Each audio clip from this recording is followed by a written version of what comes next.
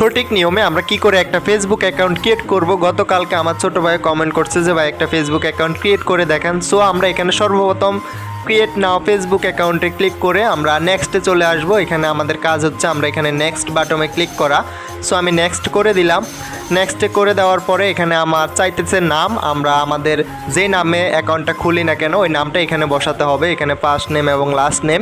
আমাদের first name হচ্ছে, ধরুন আমার নাম হচ্ছে মোহাম্মদ ফরহাদ হোসেন।